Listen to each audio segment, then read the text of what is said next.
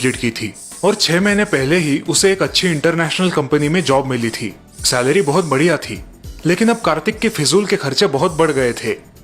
कार्तिक, तुम्हें नहीं लगता तुम ये बॉडी स्प्रे बहुत ज्यादा यूज कर रहे हो? जैसे कि तुम नहाए ही नहीं हो।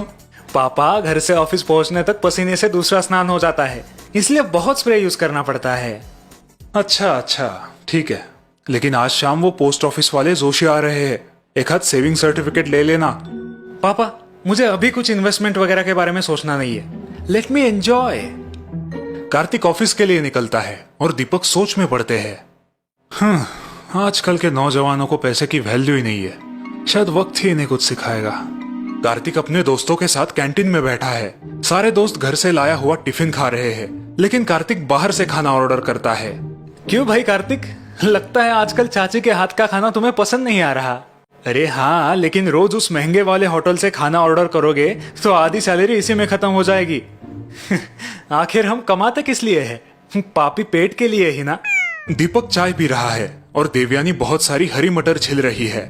देवयानी, मैंने मेरी लास्ट बैंक एफडी ब्रेक की है। अगले महीने से कार्तिक से थोड़ी मदद लेनी होगी। तभी कार्तिक ऑफिस से खुशी खुशी घर आता है। उसके हाथ में एक बाइक की तस्वीर वाला पर्चा है। लो, कार्तिक भी आ गया। बैठो कार्तिक, मैं तुम्हारे लिए चाय लाती हूँ। माँ, पहले एक खुश खबर सुनिए। दीपक और देवयानी चौंक जाते हैं। क्या तुम परमानेंट हो गए हो? नहीं पापा, और 6 महीने बाकी है। तो खुशी की बात क्या है? माँ, पापा, मैं अगले महीने ये बाइक ले रहा हूँ। दीपक और देवयानी फिर से चौंक जाते हैं। लेकिन कार्तिक, तुम्हें तो ऑफिस की बस का पिकअप और ड्रॉप है ना? क्या तुम्हारी कंपनी ये सुविधा बंद कर रही है? नहीं, लेकिन कॉलेज के दिनों से मेरा बाइक लेने का ड्रीम था। अब कमा रहा हूँ तो सोचा अपना सपना पूरा कर लूं। तभी कार्तिक की नजर देवयानी के सामने पड़ी ढेर सारी हरी मटर पर जाती है। अरे माँ, इतनी सारी मटर क्यों लाई हो? आजकल तो बाजार में 12 महीने मटर मिलती है। हाँ, लेकिन इस सीजन में बहुत ही सस्ती मिलती है। क्या माँ, आप भी? पापा रिटायर हुए हैं तो क्या हुआ? आपका ये बेटा अच्छा खासा कमाता है ना। छोड़ दीजिए ये मिडिल क्लास थिंकिंग। हाँ, कार्तिक हंसते हंसते अपने रूम में चला जाता है। इस लड़के को बचत करने की आदत कब लगेगी पता नहीं। अगली सुबह जब देवयानी किचन में रोटियां बना रही है, कार्तिक हाथ में एक लगभग खत्म हुई टूथपेस्ट लेके आता है। माँ, नई पेस्ट है क्या? ये खत्म हो गई। देवयानी हंसते हुए कार्तिक से वो खत्म हुई टूथपेस्ट लेती है और उस पर बेलन चलाती है। लो देखो, कितनी सारी पेस्ट अंदर बची थी। और 2 दिन चलेगी ये ट्यूब। उफ, माँ आप भी ना। ऐसे ही कुछ दिन निकल गए हैं और एक दिन कार्तिक बहुत ही बुरे मूड में घर आता है। लो, कार्तिक भी आ गया। तुम चाय लोगे ना कार्तिक? कार्तिक बिना कुछ बोले सोफे पे बैठ जाता है। दीपक और देवयानी सोच में पड़ जाते हैं। क्या हुआ बेटा, सब ठीक है ना? पापा, आर्थिक मंदी की वजह से हमारी कंपनी ने कॉस्ट कटिंग की है और कुछ एम्प्लॉयज को ब्रेक दिया है। क्या तुम्हें भी ब्रेक मिला है? दीपक का सवाल सुनते ही कार्तिक रो पड़ता है। दीपक और देवयानी उसे संभालते हैं, लेकिन दोनों चिंतित हो जाते हैं। शांत हो जाओ बेटा, सब ठीक हो जाएगा।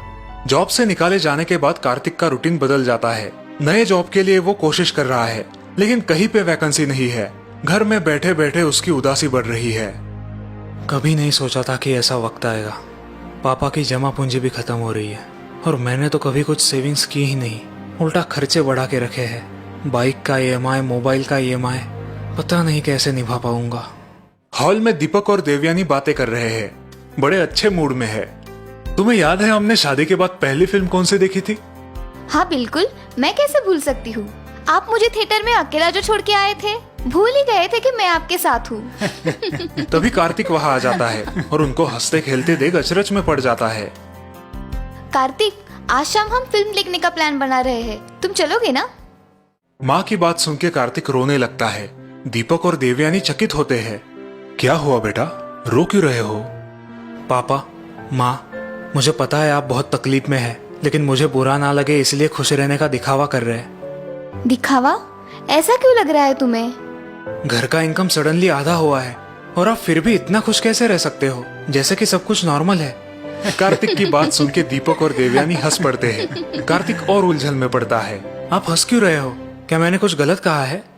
बेटा, तुम जैसा समझ रहे हो वैसा बिल्कुल नहीं है। मतलब घर में पैसे कम आ रहे हैं, इस वजह से हम चिंतित हैं। लेकिन खुश रहना सिर्फ आपकी इनकम पर निर्भर नहीं होता। मैं कुछ समझा नहीं पापा। मतलब हमने हमारी मिडिल क्लास वाली आदतें और सोच बदली नहीं है, इसीलिए मेहनत के पैसों से खरीदी हर चीज का मूल्य हम जानते हैं। हाँ, तुम्हें शायद वो हमारी कंजूसी लगती होगी। माँ की बातें सुन के कार्तिक को सारी पुरानी बातें याद आती है। लेकिन जरूरतें पूरी ना हो तो भी हम दुखी होते ही है ना। लेकिन हमने अनचाही जरूरतों को कभी हमारे पास आने ही नहीं दिया। और छोटी छोटी चीजों की सेविंग करना, किसी भी चीज को पूरी तरह से यूटिलाइज करना, अपनी मेहनत की कमाई का समझदारी से विनियोग करना, इन आदतों का फायदा ऐसे कठिन वक्त में होता ही है। दीपक और देवयानी की बातें धीरे धीरे कार्तिक के पल्ले पड़ रही है। अब समझ में आ रही है आपकी बातें, जो मुझे लेक्चर या फिजूल लगती थी। बेटा, इंसान को किसी भी परिस्थिति का सामना करने के लिए तैयार रहना चाहिए। मितव्ययी यानी पैसे समझदारी से खर्च करने की आदत हमेशा फायदेमंद ही होती है। भले आज आपके घर में पैसा पानी की तरह बह रहा हो, कल किसने देखा है। कार्तिक दीपक और देवयानी की बातों से सहमत होता है। हाँ, आप बिल्कुल सही कह रही है। लेकिन सोच समझ के पैसे उड़ाना इतना भी बुरा नहीं है। अब ज्यादा सोचो मत, ये दिन भी गुजर जाएंगे। सुनिए, अब कार्तिक का भी फिल्म टिकट बुक कीजिए। आज थोड़े पैसे हम भी उड़ाते हैं।